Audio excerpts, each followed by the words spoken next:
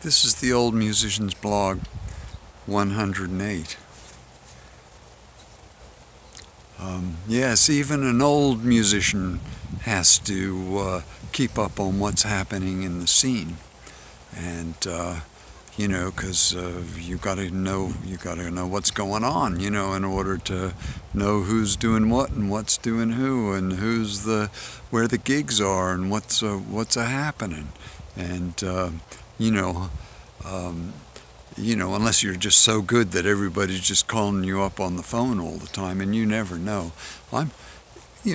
As a musician, I'm not really going for, being so good to be, a famous recording artist or something like that.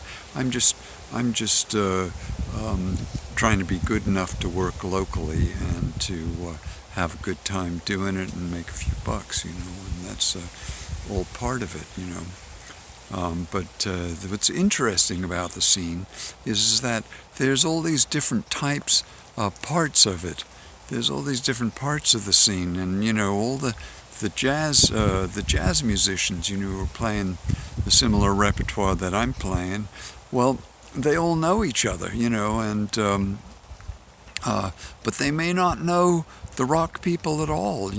Some of them, like the Rogue Suspects. Everybody around here knows who they are, and they're spin-off, and they're kind of a rock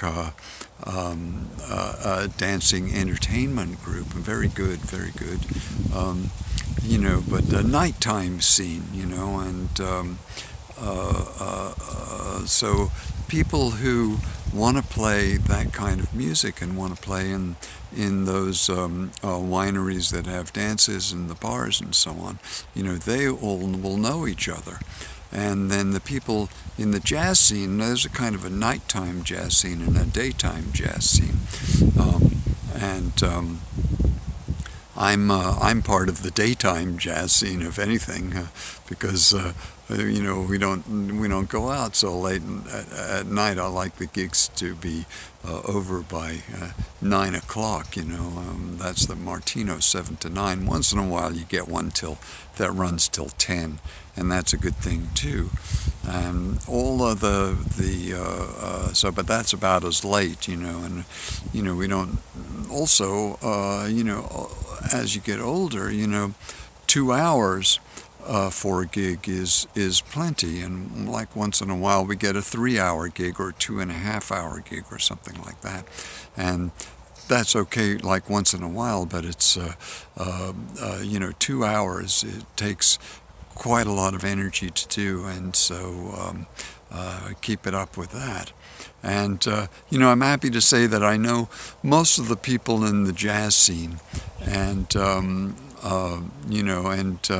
and a lot of new ones come through to the jam when they're new in town. So often you get to play with very good players who are just trying to make connections and find a way through.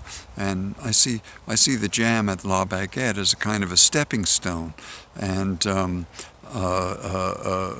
it's a privilege to be able to play for all of those people, and get to play often, like every once in a while, with some extraordinarily great players who come through, and and who you probably wouldn't get to play with otherwise, unless you are very good at getting gigs. Now, if you're very good at getting gigs, then you find that everybody is a lot more interested in what you're doing, and so on and so forth. Even if you're not in the top percentile of players. So that's just a little bit of the viewpoint of what's happening, and I'll try to post some screenshots of the various other bands and musicians and people who are doing things around here in the area artistically. It's a very nice aspect of living